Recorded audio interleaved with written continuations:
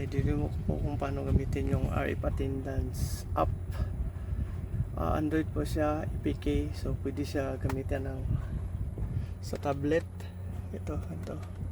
Pag tablet, automatic na yung SIM kasi may built-in SIM. Tapos dito sa Android box, kailangan mo ng SIM module. Mayroong 3G, mayroon din 4G. Yung 3G kasi wipe out na, nag-phase out na to. So pwede siya sa Android TV box. Ito, Android TV box. Pwede din siya sa PC or laptop. So multi-platform po siya. So try natin dito sa Android. So Android box, TV box, ito po yun. RFID, ito, reader. Pwede yung ganito, sticker. Waterproof na rin yan. So pwede rin itong ganito. So ganito yung ganito sticker.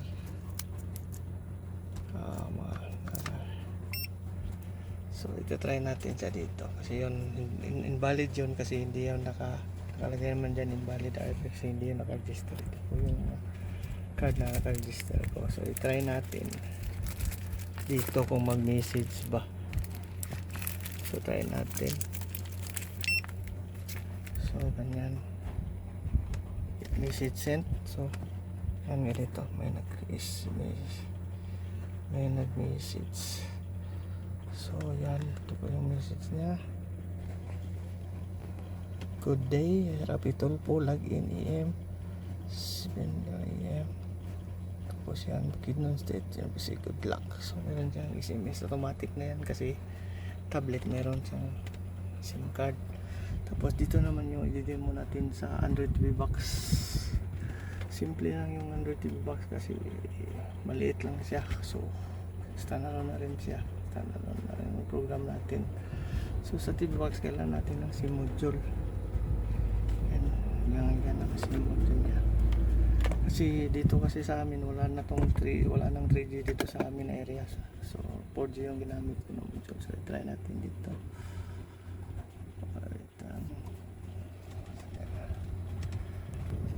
Dito naman tayo sa TV box yan.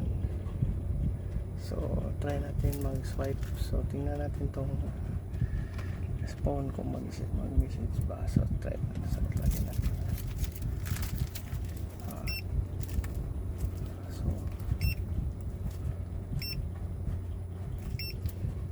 So nag-message send siya. So nag-login siya. Tapos dito sa message tingnan natin. Yan.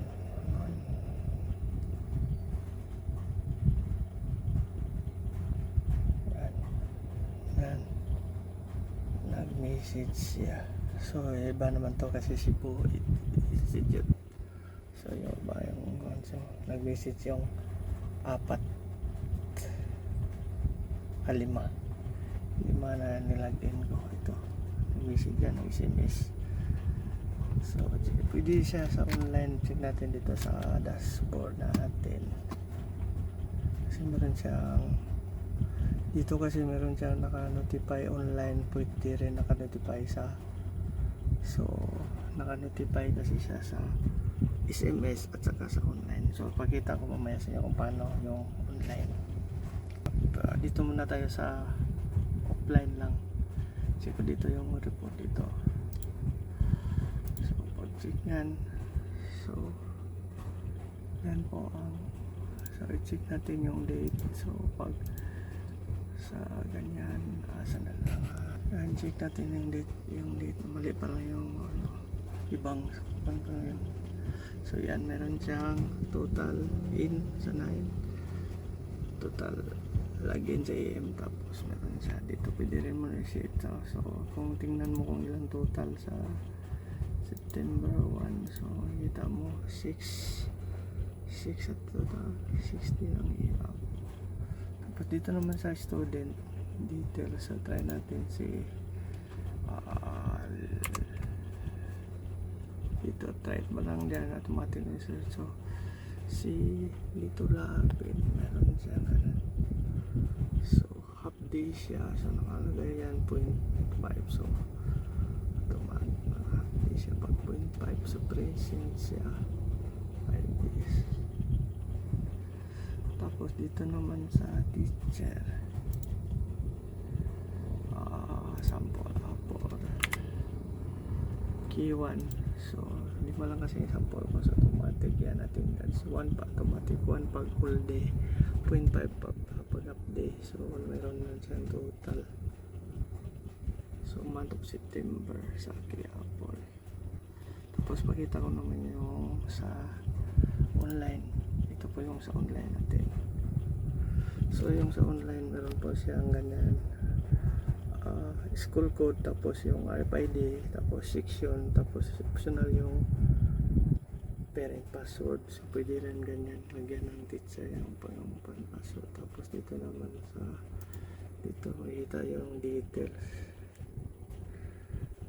So kung ilang adlaw siya present, pwede mong i-print, pwede mong i-import.